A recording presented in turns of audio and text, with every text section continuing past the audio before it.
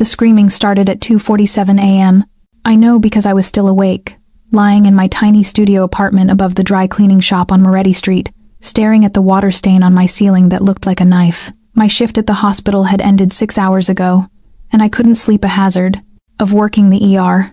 You see too much. You know too much about what can go wrong in a body. The first scream was a woman's voice, raw, desperate. Then gunshots. 3 of them. Sharp pops that crackled through the cold November air like fireworks in a graveyard. I bolted upright, my heart already practicing its panic rhythm. My apartment sat directly above street level, and the sounds from Moretti Street were usually limited to traffic and the occasional drunk arguing with a lamppost. Not this. Never this. I crept to my window and peered through the gap in my curtains. There was a black car, idling directly beneath my fire escape, engine running, headlights off. 2 men in dark coats stood on the sidewalk outside the shuttered jewelry store across the street. One was dragging a third man by his collar, a man who wasn't moving right, whose body had the terrible limpness of shock or death. Blood painted a dark question mark on the concrete.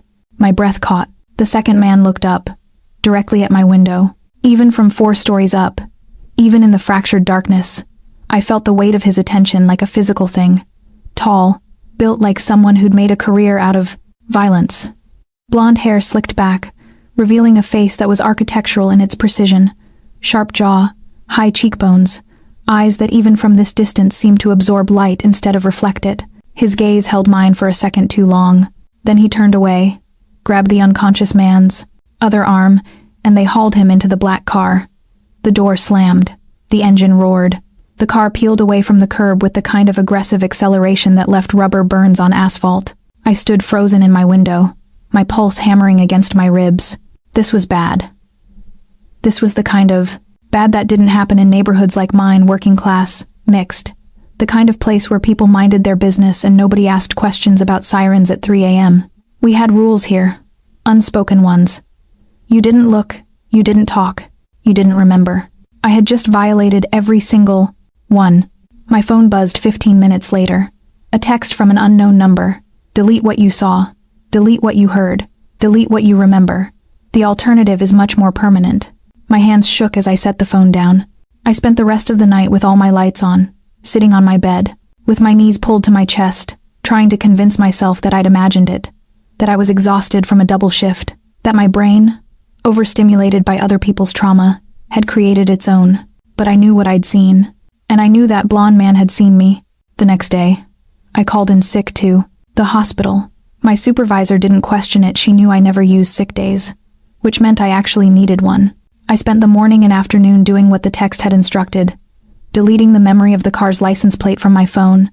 I'd photographed it in those few seconds before I understood I shouldn't, erasing my location data, pretending the night hadn't happened. By 6 p.m., I convinced myself I was safe. By 7 p.m., someone knocked on my apartment door. I didn't have a peephole. My building was old enough to predate that particular paranoia. I'd always meant to ask the landlord about installing one. Now I stood on the opposite side of the door, my hand on the chain lock, trying to remember if I'd locked the deadbolt downstairs. Who is it? My voice came out smaller than I wanted. Building inspection. A man's voice, smooth, instructional. We need to check your Ederit. Smoke detectors. My apartment's smoke detectors hadn't been checked in 3 years. Also, it was 7 p.m. on a Tuesday night. Come back during business hours, I said. A pause. Then, open the door, Miss Rossi. He knew my name. The world tilted. I grabbed the edge of my kitchen counter. Suddenly, understanding with perfect clarity that the night before had been the beginning of something I couldn't undo, that whatever I'd seen had consequences that rippled backward through time, rewriting the moment I'd looked through my curtains. I'm calling the police, I said, though I wasn't moving, toward my phone. No, you're not. Not a threat, a statement of fact. Because you understand very clearly what happens when people involve the authorities in things that don't concern them. And Miss Rossi, this does not concern you. It only concerns you if you make it concern you. So here's what's going to happen. You're going to open this door. You're going to listen to what I have to say. And then you're going to make a choice about whether you want to continue your very normal life or whether you want to become a problem that needs solving. My hand moved to the chain lock before. My brain caught up. I unhooked it, turned the deadbolt, opened the door, The man standing in my hallway was not the blonde man from the car. This one was older, dark-haired, with the kind of scarred knuckles that told their own story. "My employer would like to speak with you," he said. "It would be in your interest to accept this invitation. The alternative is that we have this conversation under different circumstances, in a different location. I'm sure you can imagine which option you prefer. If I go with you," I said slowly, "you'll kill me." "Probably not." He almost smiled. "But only if you cooperate. My employer is interested in your discretion, and your cooperation buys discretion. Make sense?" It made perfect, terrible sense. I locked my apartment and followed him downstairs into the November darkness. The car was a silver Mercedes. Expensive, immaculate, the kind of vehicle that didn't belong in my neighborhood, which was exactly why I hadn't noticed it until I was standing next to it. The scarred man opened the back door for me.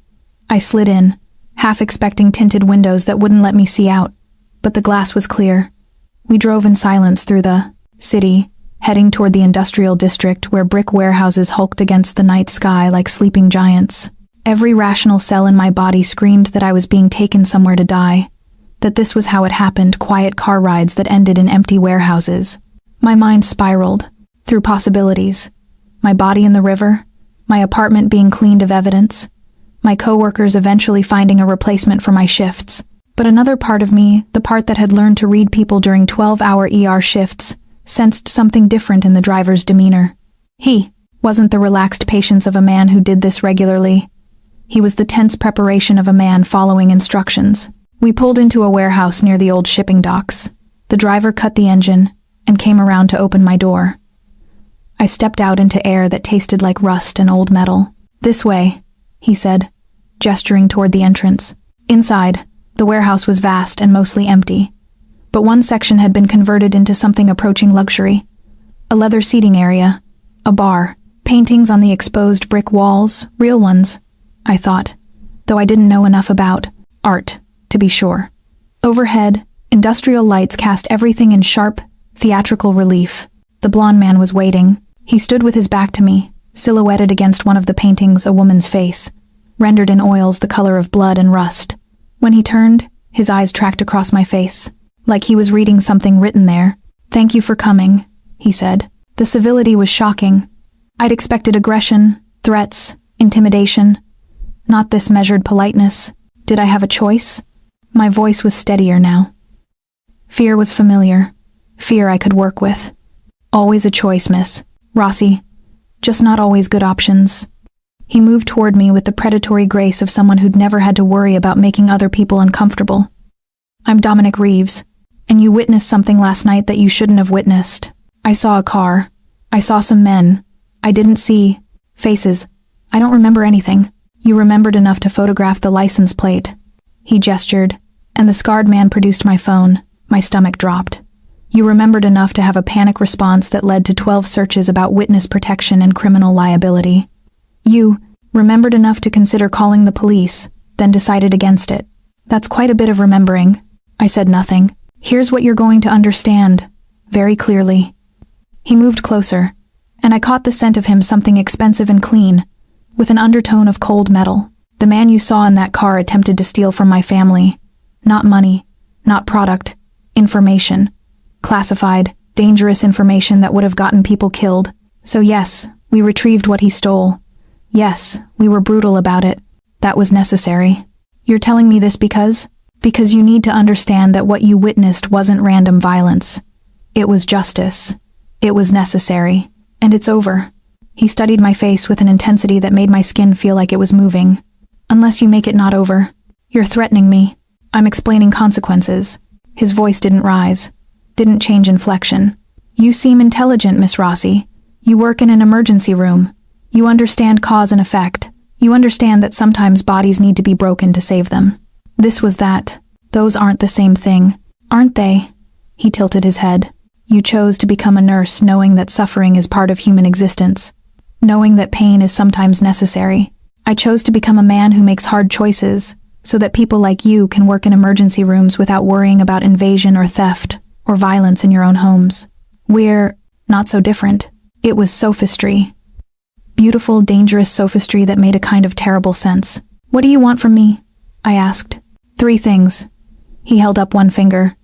First, you never saw me. You never saw my men. You never saw the car. It was a dream, or a nightmare brought on by exhaustion.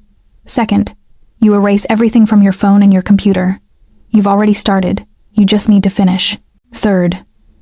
He paused, and something in his expression shifted.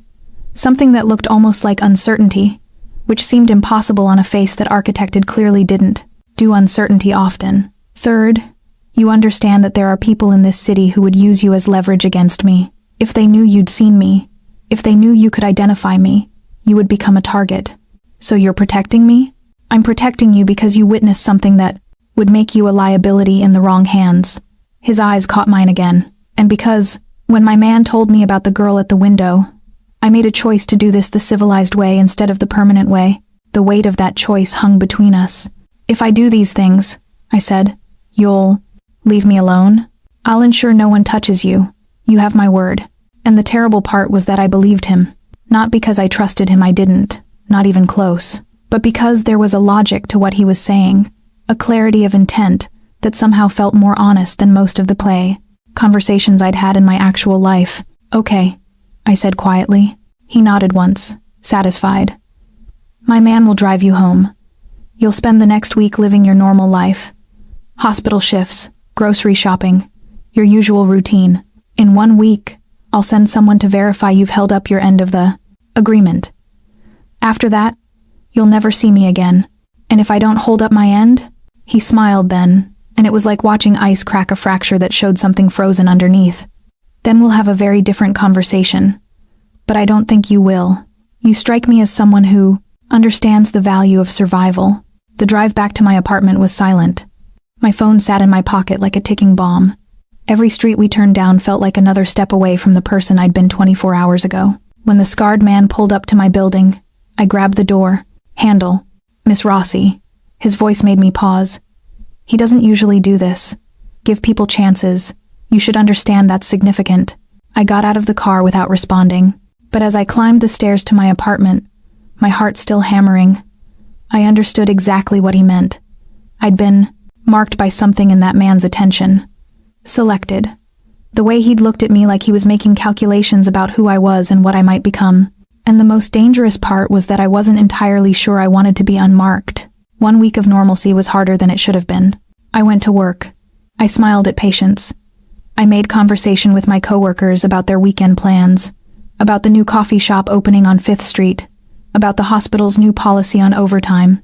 I took my shifts and filed my time cards and pretended my entire world hadn't cracked open. But underneath was a constant, low-frequency hum of awareness.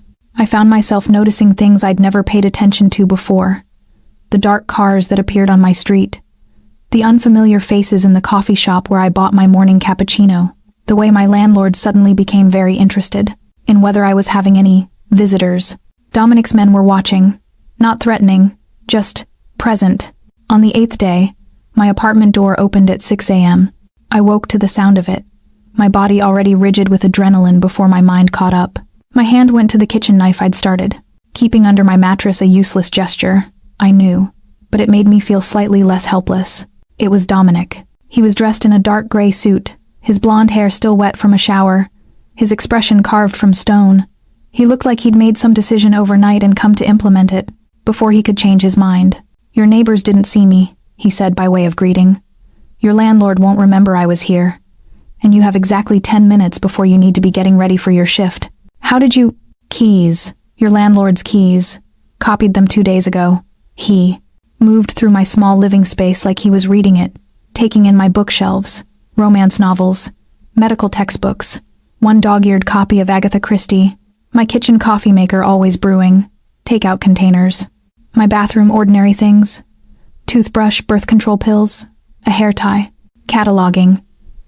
You're very consistent. Every morning at 6:15, you wake up, you shower, you drink coffee, you leave for work by 7. You don't deviate. You've been tracking me, verifying you've held up your end of the agreement. He turned to face me, and something in his eyes had shifted. The careful control was still there, but underneath was something raw. You have, completely, Not a single search about witness protection in 5 days. No calls to friends who might talk. No journaling about what happened. You're very good at compartmentalization, Miss Rossi. It's a skill. It's a trauma response. He moved to my window, the same one where I'd seen the car 8 nights ago, where everything had changed. Nurses learn it quickly. How to see terrible things and keep functioning. How to step outside the moment so you don't drown in it. Are you here to kill me? No. He turned back to me, and there was something in his expression that looked almost like pain. I'm here because it's been 8 days and I can't stop thinking about you. Which is a problem, which is dangerous, which is why I should have you eliminated as a loose end, because that's the sensible thing to do. My breath caught. But I'm not going to. Why not? He was quiet for a long moment. Then he came closer, and his hand reached out to touch my face. Just barely, his fingers grazed my cheekbone, traced the line of my jaw. His touch was ice cold, which shouldn't have been comforting but somehow was.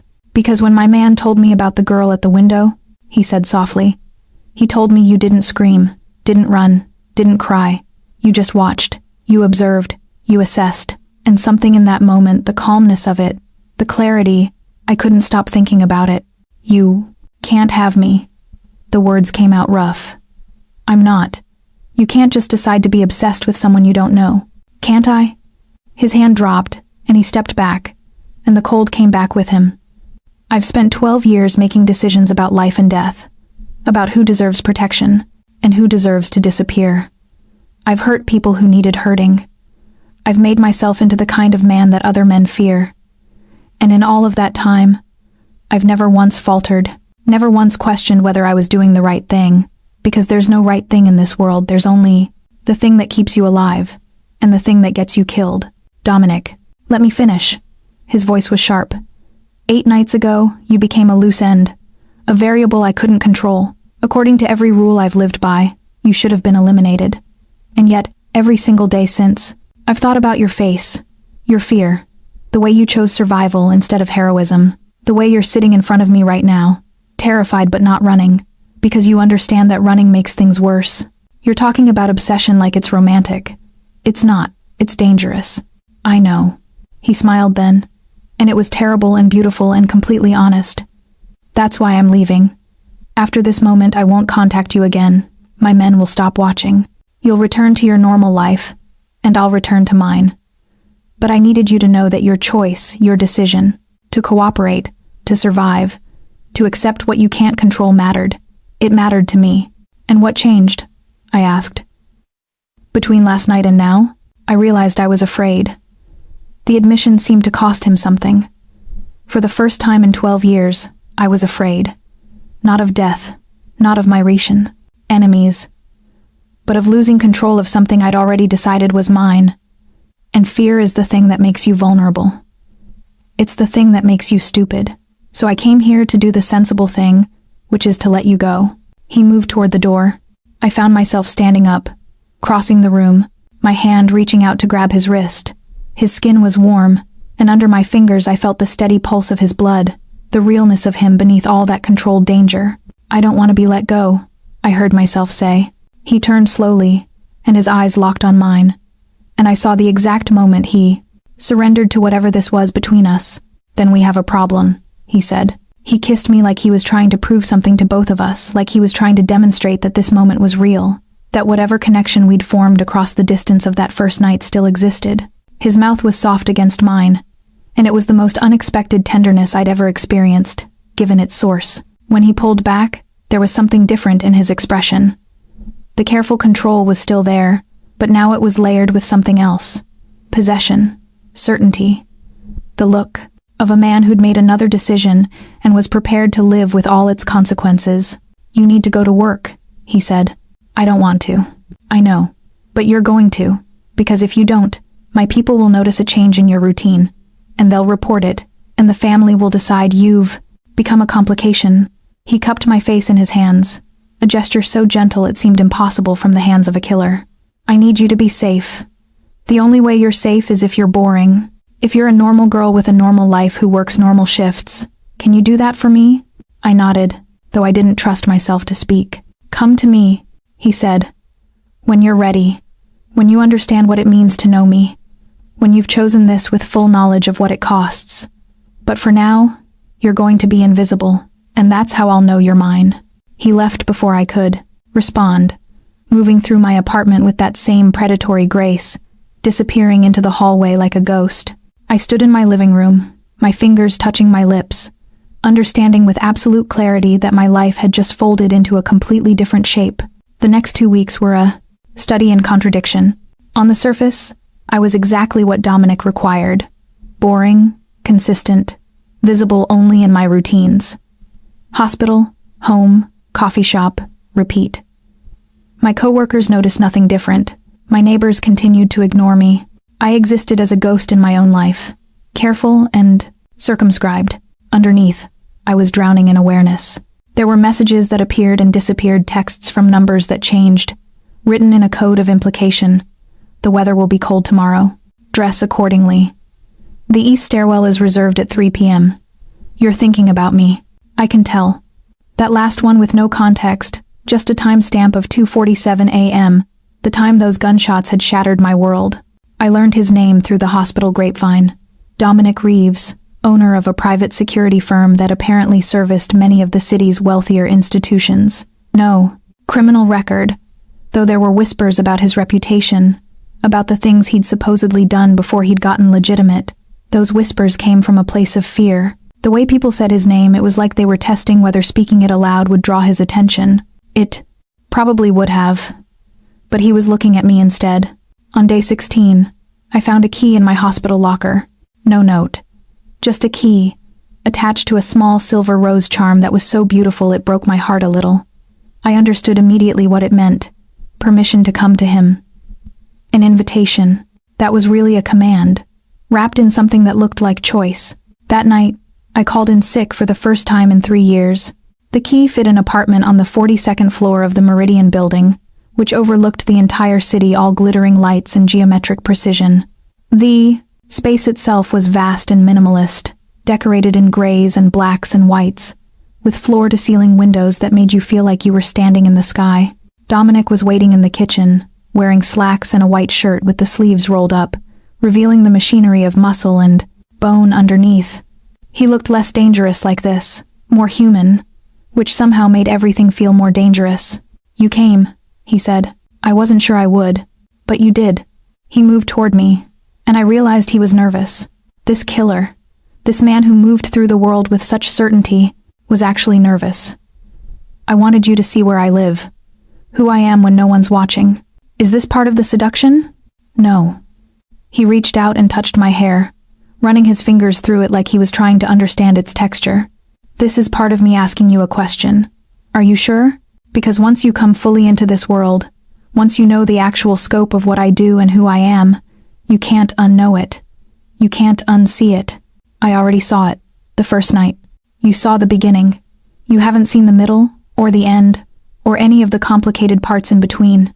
His fawn hand moved down to my neck, and I felt his pulse point against my palm. "I have enemies, real ones, dangerous ones. My brother, Carmine. He's made decisions that have consequences I'm still managing. There are families that want me dead. There are people inside my own organization that I don't fully trust. If you're with me, you become a target. You become leverage. Then don't tell me any of it. Just let me be normal." "I can't." His eyes closed briefly. "That's the part I'm struggling with.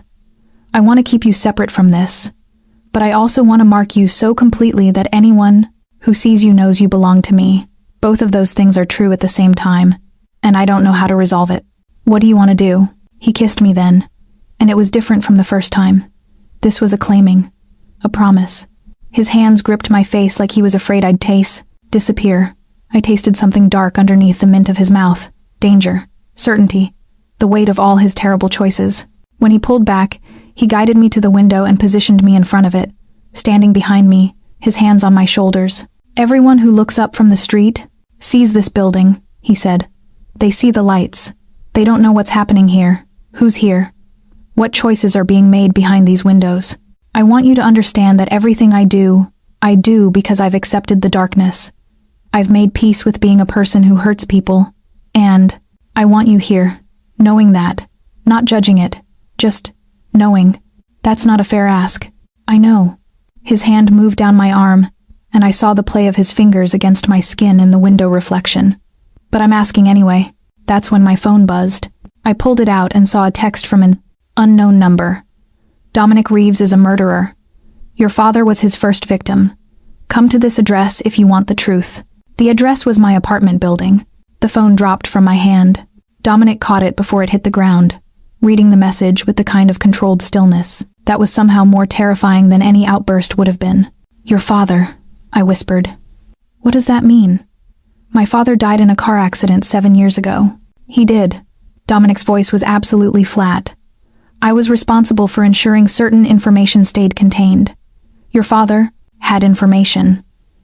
He died because he wouldn't stay silent. The world tilted. How responsible? I could barely form the words. Did you kill him? Not directly. He turned to face me, and I saw the moment he understood what this moment meant. What it would cost him. There was a car accident. It was real. The accident was real. But someone made sure it happened, and I authorized it. I stepped backward, and my brain was doing that fragmentation thing it did in trauma, splitting into pieces that didn't quite connect. My father was dead, had been dead for 7 years. I'd made peace with it, or thought I had. And now Dominic was telling me that peace had been built on a lie. I didn't know it was your father, he said. Not until after. Not until you showed up on that street and my man said your last name was Rossi. And I realized. By then it was too late to undo. And I've been sitting with that knowledge for 8 days, trying to figure out what to do with it. Undo? I laughed, and it sounded broken. You can't undo killing someone. You can't undo taking someone's father away. I know. Who sent this message? Who knows? Who's trying to hurt you? My brother. Dominic looked at the phone like it was a venomous thing. Carmine. He's been trying to take control of the family for months. He's been gathering ammunition, and he just found your father's file, which means he found you, which means you're about to become very useful to him. The full weight of that landed on me. What does he want? You, Dominic said simply. He wants to use you against me. Make me choose between my empire and your life. And he thinks I'll choose the empire. Because that's what a man like me does. We choose power over everything. He's wrong about that. But he won't know he's wrong until it's too late. What does that mean? What are you going to do? Dominic moved to his phone and made a single call. Bring her here. Now. And make sure you're not followed. He ended the call and looked at me. Now we begin the actual part where everything becomes dangerous, he said. Now you're not my secret anymore. You're my complication. And complications in this world get resolved very quickly. They arrived within the hour. Dominic's men, the scarred one from before, 2 others I'd never seen, moved through the apartment setting up security, measures, new locks, cameras, a second phone programmed with an encrypted line that only connected to Dominic's number. When I asked what was happening, Dominic told me simply, "You're not leaving this building until we resolve this. Your life is on hold." I should have been furious. Instead I was oddly calm. Perhaps it was shock. Perhaps it was because I'd already spent 8 days living in a state of controlled awareness, and now I was just being honest about it. Either way, I found myself sitting on Dominic's black leather couch while he paced the length of the window, phone pressed to his ear, making decisions that would apparently determine whether I lived or died. "No," he was saying to whoever was on the other end. "Carmine doesn't know she's here yet. Yes, I understand the implications. Start bleeding the money. If he's going to move against me, I want to see it. I want to understand the full scope of what he's built." He ended the call and finally looked at me. "You need to understand what's happening," he said, and his voice had shifted into something educational, the voice of someone explaining a math problem that would determine whether you lived or died. "My family, the Reeves family, we've controlled distribution and enforcement across the North Side for 30 years, but succession was never clean. My father had 3 sons, me, Carmine, and Marcus. Marcus is not suitable for leadership. He's brilliant but unstable, violent in ways that aren't strategic. So by default, it became clear that either Carmine or I would take over. And you won. Not won. Just survived longer." He sat across from me, and the distance of the table between us felt vast. I made myself useful in ways my father valued. Carmine made himself useful in ways he didn't. So when our father died 5 years ago, It was clear that I would be the one to lead. But Carmine never accepted that. He spent 5 years building alliances, gathering information, creating leverage points. Your father was one of those leverage points. So you killed him, I said, flatly. So I authorized it, yes. Dominic's face was completely composed. I told you I'd made peace with being someone who hurts people. That's what that means. It means making decisions about whether people live or die based on calculations of benefit and cost.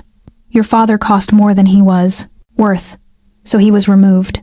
I should have hated him. That was the correct response. The moral response. A normal person would have screamed, would have fought, would have tried to kill him. I understood this abstractly, the way a person understands that they should feel something they don't actually feel. Why are you telling me this? I asked. Because Carmine's going to tell you. If he gets access to you, and I need you to hear it from me first. I need you to understand the context. I need you to understand that your father was a means to an end, and I was cold about that means, and I don't regret it. He leaned forward. And I need you to understand that if Carmine takes you, he will use you in ways that are far worse than anything I've done. Because he's violent without purpose. He hurts people for entertainment. Is that supposed to make you the better option? Yes, he said it, without irony. I hurt people who deserve to be hurt. I make calculated decisions about damage and benefit. I'm not good, but I'm predictable. I'm rational. Carmine is neither of those things. Over the next 3 days, I learned exactly how trapped I was. The apartment was comfortable but utterly secure. The windows couldn't open. The doors had multiple locks. My phone was confiscated, both my old one and the emergency one Dominic had given me. I was completely dependent on Dominic for information about what was happening in the outside world. He told me pieces of it, in measured doses, like he was dosing poison. Carmine had made his move. He'd leveraged his information about my father to a rival family, offering to prove that Dominic was vulnerable, that he made emotional choices, that he had weak points that could be exploited, that having a woman in his life meant he could be manipulated. They'd sent an emissary to make an offer. Step down, hand over control, and I would be released unharmed. Dominic had declined. What does that mean? I asked him the night of the 4th day, as we sat in his kitchen and he made pasta from scratch, a detail that seemed impossibly proud, domestic given the fact that we were discussing the end of his empire. What happens when you decline? It means Carmine escalates. He didn't look up from chopping basil, his movements precise and practiced. It means there are probably 3 separate plans in motion right now, to either kill me, or take you, or both. It means the next 72 hours are going to determine whether I maintain control or whether someone else does. And if you lose, then you'll wish you'd died in the attempt. He set down the knife and finally met my eyes. I'm not painting a picture here, Eleanor. I'm being factual. If Carmine wins, he'll keep you alive as long as you're useful, and then remove you as an inconvenience. He'll do it slowly, because he enjoys suffering. The way he said my name, I'd never told him my full name. He'd simply known it, because he'd known everything about me for 8 days, had been reading my life like a map. Why didn't you just not authorize the hit on my father? The question came out sharp, accusatory. Why didn't you just refuse and live with the consequence? He was quiet for a long moment, plating the pasta with careful attention. Because at that moment, I didn't know you existed, he said. Because the only thing I knew was that your father was a problem and problems need solving. And because if I'd made the choice you wanted me to make, I wouldn't be the kind of man who could sit here and protect you now. It was sophistry again, that beautiful, terrible logic that made violence look like love. But I was living in his apartment. I was eating his food. I was breathing his air and sleeping in his bed. Though he was sleeping on the couch, respecting some boundary he'd decided I needed. I was becoming dependent on him for survival, and that dependency was reshaping how I understood him, how I understood everything. On the morning of the 5th day, there was an explosion, not in the building, in the parking garage 2 blocks away. Dominic's car, the one he'd apparently been using for meetings. When the news came through, he simply nodded like he'd been expecting it, and something in his face crystallized into something absolutely lethal. Okay, he said to whoever was on the phone. Now we respond. He looked at me, and I saw the shift the moment the man I'd kissed disappeared and the killer took his place. Stay in the bedroom, he said. Lock the door. Don't come out no matter what you hear. Understand? I understood. The violence didn't come to the apartment. It came everywhere else. Over the next 36 hours, I listened to Dominic take phone calls that were filled with casualty reports. Carmine's warehouse was burning. 3 of his men were dead, allegedly 4.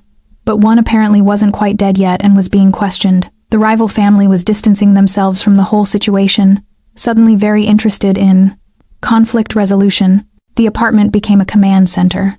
Dominic moved through it like he was conducting an orchestra. Each phone call a different instrument, each decision a different note in a symphony of destruction. He drank coffee. He didn't sleep. He showered once, changed clothes, and went right back to orchestrating the end of his brother's rebellion. I watched from the bedroom, where he'd instructed me to stay, and I saw him become exactly what he'd told me he was. A man made of violence and calculation, utterly committed to maintaining his control, regardless of the cost. It should have terrified me. Instead, it fascinated me. On the evening of the second day, Dominic came into the bedroom where I'd been actually reading, because his bookshelf was surprisingly excellent, and he looked like someone had reconstructed him out of broken pieces. His eyes were hollow. His hands were shaking. There was a cut above his left eye that had scabbed over without being properly treated. "It's done," he said. I set down my book. "Carmine's taken control of what's left of his warehouse operations. He's agreed to operate in a separate territory, under different arrangements. The rival family has pulled back their aggression. Your father's file is being returned to storage. You're no longer a leverage point." "That's good," I said carefully. "It cost me 6 men," he said. 2 of them were people who'd been with me for 10 years. One of them had a daughter who just started college. He moved to the window, pressing his forehead against the glass like he could push through it. I made the calculation that they were worth it. That protecting my territory was worth their lives, and I still think that was the right choice, which is the part that's broken about me. I got out of the bed and went to him. "You don't have to." "Yes, I do. I have to acknowledge that I made choices that killed people. I have to sit with that. That's the only integrity available to someone like me, understanding what I am and owning it." He turned to me, and his eyes were red-rimmed with exhaustion, or tears, or both. "And I have to let you leave." My heart stopped. "What? I can't do this to you." His voice was rough. "I can't sit here and apologize for killing your father while also asking you to stay. I can't ask you to accept what I am, while knowing that what I am got 6 men killed. I can't. I can't ask you to love me. You didn't ask." "What?" You didn't ask me to love you. You're telling me to leave so you can protect yourself from the fact that I already do." He stared at me like I'd said something impossible, like I'd made an equation work that shouldn't have worked. "Don't," he said. "Don't what?" "Don't make this something it can't be. Don't pretend that you can accept who I am. You can't. No one can. I've hurt too many people. I've made too many wrong choices." "You're right," I said. "I can't accept it. I can't make it okay. But I'm here anyway. Which means something, doesn't it?" He reached out and pulled me against him, and it was the first time I'd seen him need something more than he needed to maintain control. His arms were tight around me like he was afraid I'd dissolve. "Your father was killed by someone you were, not someone you are now. I'm the same person." "No, you're not." I pulled back enough to look at him. "You're someone who made a choice that resulted in his death. And you're also someone who's sitting here holding me even though you think that means you're damaging me. Those are 2 different people, Dominic. And I'm choosing the second one. I'm choosing now." He kissed me then, and it was different from before. It wasn't possessive or claiming. It was desperate and grateful and completely honest. It tasted like apology and acceptance, and the terrible weight of loving someone who'd done unforgivable things. When he pulled back, he rested his forehead against mine. "I need to tell you something," he said. "Something that changes things." "Okay." Carmine came to me. "During the negotiations, he said if I killed you, if I took the leverage off the board permanently, he would agree to stand down completely. That my territory would be safe. That my men would stop dying. I understood what he was saying, what he was confessing, but you didn't." "No." His hands moved to cut my face. "For 5 years, I made choices based on benefit and cost, and the cost of keeping you alive is genuinely higher than the benefit. Every calculation I've ever made would tell me to remove you from the board, and I didn't. So either I'm getting soft, or I've already made you more important than my empire, and I don't know which is worse." "Maybe it's not worse," I said. "Maybe it's just different. Different gets people killed." "Yes, but it also saved my life. He pulled me back against him, and we stood at the window looking out over the city, all those lights, all those people making their own calculations about love and safety and the cost of caring about someone, all of them thinking they were alone in that equation. I understood now that I wasn't. The next 3 days were a kind of peace. Dominic was still in the apartment, but he was no longer orchestrating violence. The cameras were still running. The security measures were still in place. But the constant phone calls had stopped. The emergency had passed. We existed in a bubble that felt both temporary and infinite. He told me about his childhood, a father who valued ruthlessness over mercy, a mother who died when he was 17, a succession of increasingly violent lessons about what it meant to be powerful. He told me about the first time he'd hurt someone, deliberately and on purpose, and how the guilt had lasted about 6 hours before it calcified into conviction. I told him about my father, not the version Dominic had killed, but the version I'd known. A man who'd worked too much and loved too little, who'd made jokes at dinner that no one laughed at, who'd called me kiddo instead of using my actual name, who'd been distant in the way that made you feel like you were failing to reach him no matter what you did. I hated him sometimes, I admitted, lying in Dominic's bed while rain drummed against the windows, for being so unreachable, for being more interested in his work than in his family, for making us all feel like we weren't enough. And now? Now I'll never know if he might have changed. If maybe he was difficult because he was afraid. If he might have become someone different. I turned to face him. You took that possibility away. Do you understand that? Yes. His hand found mine in the darkness. I understand I took something that mattered, even though I didn't know it at the time. And I can't give it back. It should have been a moment that drove us apart. Instead, it bound us tighter. On the morning of the 4th day, everything changed again. Dominic was in the shower when his phone rang. I let it go to voicemail. I'd learned not to answer his calls unless he'd explicitly given me permission, but then it rang again immediately after. And again, he came out of the shower, towel around his waist, water still dripping from his hair, and the first thing he did was check his phone. I watched his face shift through every expression of human emotion in the span of about 3 seconds. What is it? I asked. My brother. He was already moving toward his bedroom closet, pulling unders on clothes with brutal efficiency. He's taken a hostage. He's taken Marcus. Your brother. The unstable one. The one who shouldn't be. He was dressing like he was armoring himself, each article of clothing a piece of protection. Carmine knows Marcus is my weakness, knows I'll move, to protect him regardless of the cost, which means this is a trap, and which means I'm walking into it anyway. Don't. He looked at me like I'd suggested something insane. Don't go, I repeated. It's what he wants. It's the trap. I know. He pulled on a jacket and checked the gun beneath, it a gesture that was becoming familiar enough to not be shocking. I also don't care. He's my brother. Because you love him? Because he's my responsibility. Dominic moved to the bedroom window and pressed something that made the glass transparent. I made him what he is by not managing him properly. I let him exist in the margins because he was difficult. And now the cost of that negligence is that he's somewhere I can't protect him. Then take me with you. He turned back, and his expression was absolute. Absolutely not. You said I'm not a leverage point anymore. So take me with...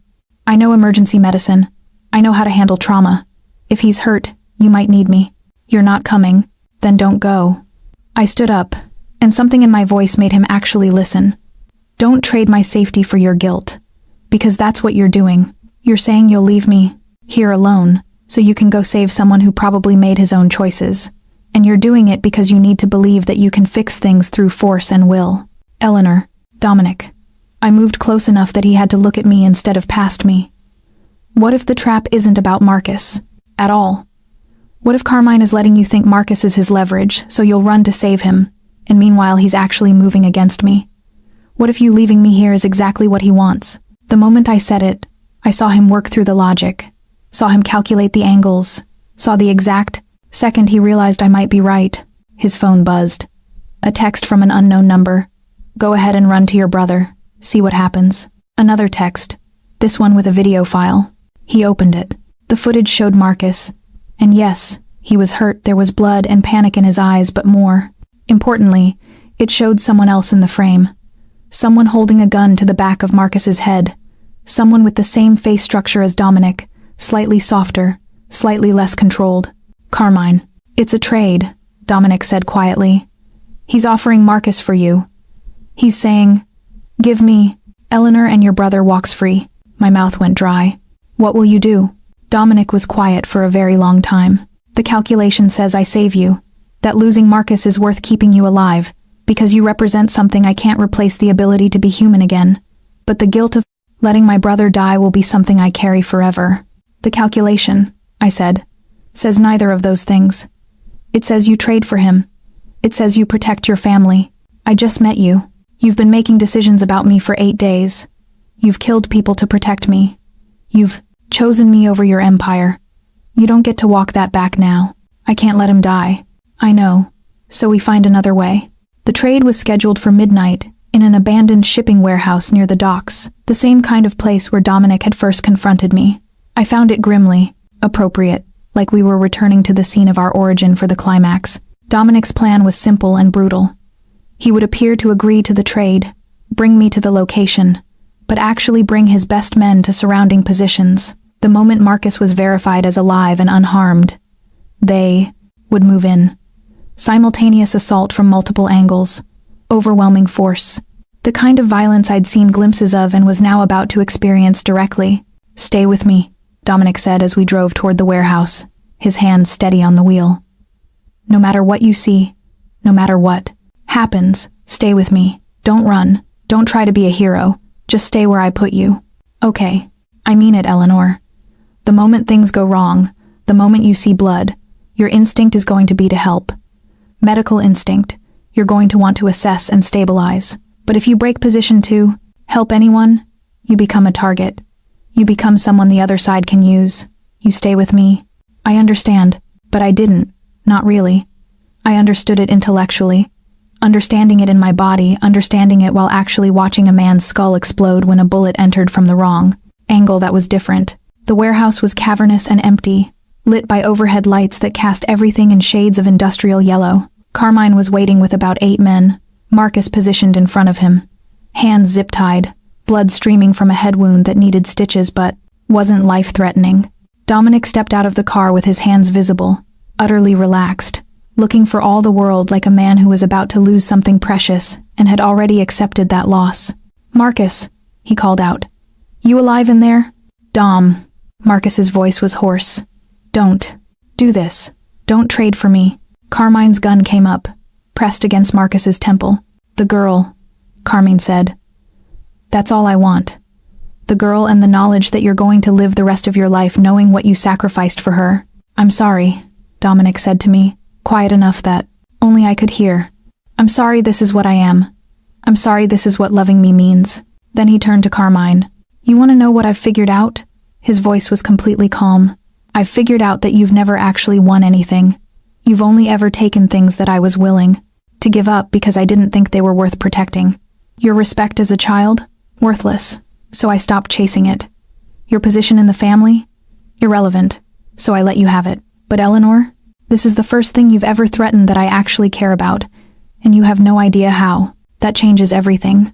He snapped his fingers. The violence was immediate and total. Gunfire erupted from the catwalk above, from the doors behind us, from positions I hadn't even registered. Men screamed. One of Carmine's guard collapsed with a red flower blooming across his chest. The second sniper shot took out another. Marcus hit the ground immediately. He'd apparently been trained for this, and Carmine spun around, looking for the source of the fire. That moment of disorientation was all Dominic needed. He moved across the warehouse floor with terrifying speed, covering ground, like he'd practiced this exact scenario in his nightmares. The two of them collided in the center of the space, and it was a fight.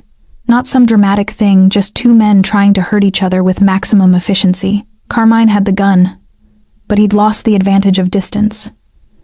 Dominic was faster and meaner, and he'd spent his whole life learning how to hurt people in ways that mattered. The gun went off once, twice. I saw Dominic's shoulder blossom with red, saw him flinch and adjust, saw him drive his elbow down into Carmine's face with enough force to cave in a cheekbone. Carmine went down. Dominic stood over his brother with a gun in his hand that hadn't been there a moment ago, his breathing ragged, blood streaming down his left arm, and I saw the moment he contemplated pulling the trigger. Then he lowered the gun and turned away. His men moved in with practiced efficiency, binding Carmine, checking the other bodies for life, cataloging the damage. When Dominic made it back to me, I could see the tremor in his hands from blood loss or adrenaline, or the weight of what he'd just done. I couldn't tell. Is Marcus? I started to move toward his brother, but Dominic caught my arm. With my medics, he said. You're with me. Remember? You're shot. I know. You're bleeding through your shirt. I know. I started assessing him anyway, touching his shoulder, moving the jacket aside, seeing the ragged hole where the bullet had entered. The bullet is still in there. You need proper medical attention. X-rays. Surgery, possibly. Later. He pulled me back to the car, away from the carnage, away from his brother, away from the immediate chaos of aftermath. First, we need to leave. Dominic, you could have internal bleeding. You could be in shock. I am in shock. He opened the car door and pushed me into the passenger seat. But I won't be if I move. Shock requires stillness. Motion overrides it. So we're going to move, and you're going to keep talking to me so I don't pass out, and we're going to make it to the safe house. And then I'll let you fix me. I realized as he drove that his control was slipping. The precision of his movements was becoming jerky. His breathing was labored. The shoulder wound was bad. I could see it through the gap in his jacket, blood still flowing, which meant the bullet had probably nicked an artery or the shoulder joint itself. Tell me something, he said, his voice tight with pain. Tell me something that isn't about my family or my business or any of this. Like what? Tell me about your father again. The real parts, not the angry parts, the parts you loved. So I did.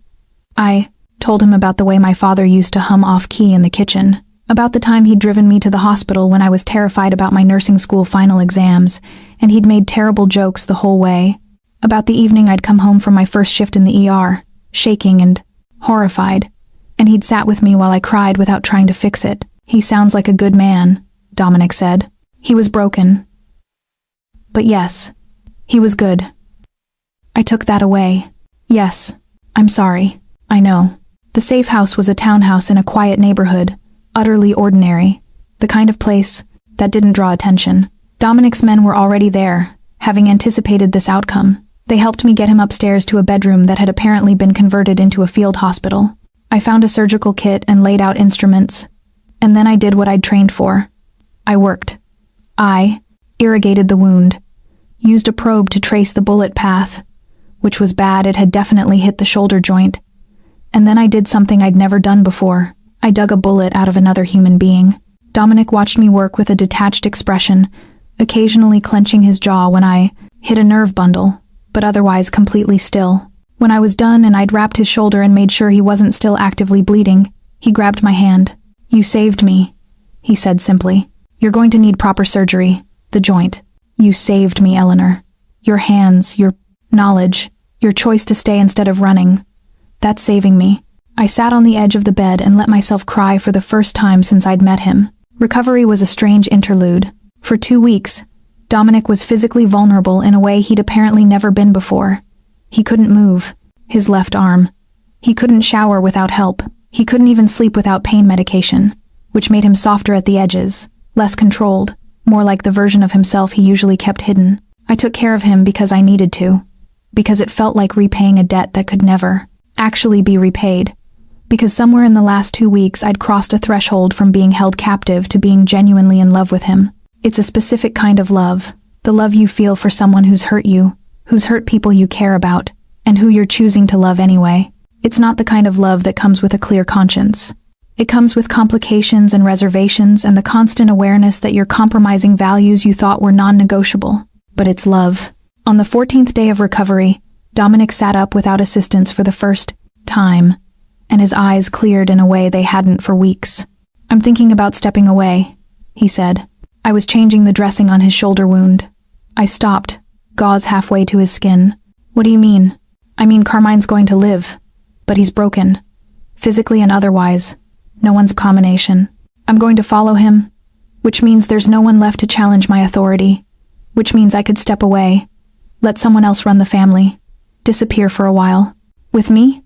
If you want. He met my eyes. I'm offering you an actual choice, Eleanor. Real choice, not the choice of picking between bad options. You can come with me somewhere outside all of this, or you can leave. You can have your life back, The job, the apartment, everything. And you? I go wherever you go, or I disappear alone. That's the choice I'm making. It would have been easy to believe him. It would have. I've been easy to take that at face value. The man who'd killed my father suddenly offering to change his entire existence because he loved me. Easy, but stupid. What about your men? I asked carefully. Your business, your reputation, delegated, maintained, irrelevant if I'm not here. That's a lie. He smiled, and it was the first real smile I'd seen from him since the shooting. It's partly a lie, he admitted. The truth is more complicated. The truth is that I can step away from active management if I trust the people I leave in charge. I have people I trust. I can set up a transition. Structure. I can't actually disappear. People in my position never really disappear, but I can make myself a ghost.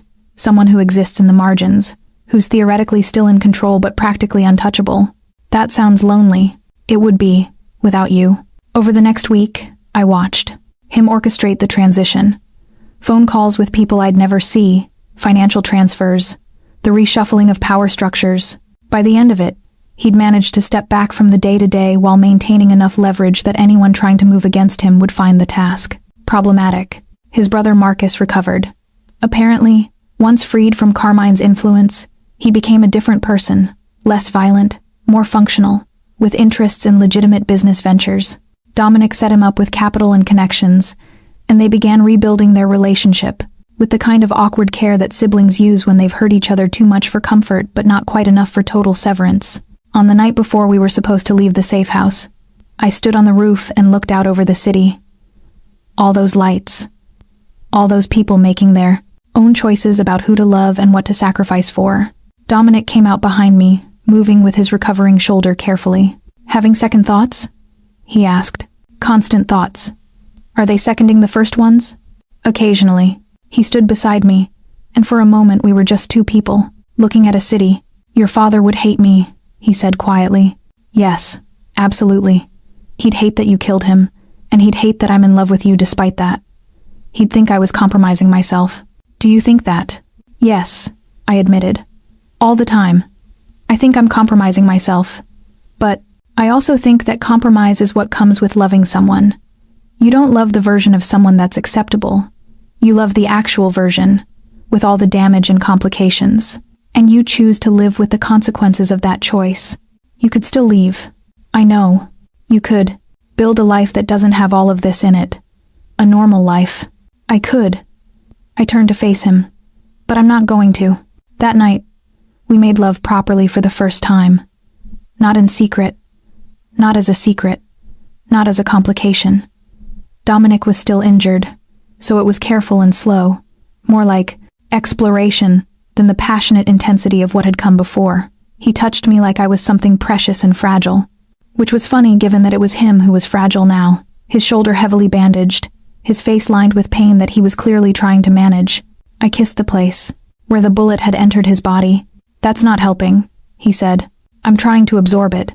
Take it into myself so you don't have to carry it alone. That's not how physics works, Eleanor. No, but it's how love works. At least that's what I'm telling myself. He pulled me close with his good arm and held me, and for a moment there was nothing but breath and heartbeat, and the terrible, fragile knowledge that we were both choosing this. We left 3 days later. Dominic had arranged for a small property outside the city, a farmhouse in Pennsylvania with enough land that you could stand in any direction and see nothing but trees and sky. It wasn't disappearance. It was retreat. A strategic withdrawal to a place where he could maintain control, but not need to exercise it daily. The drive took 6 hours, and we didn't talk much. Dominic kept one hand on my knee, and I watched. The city transform into suburbs, transform into actual countryside.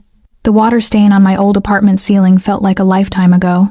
The house was beautiful in a way I hadn't expected, renovated, but not sterile, with wood floors and large windows, and a kitchen that looked like someone actually cooked in it.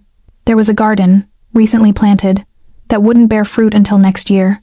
I had someone prepare it, Dominic said. I wanted you to have choice.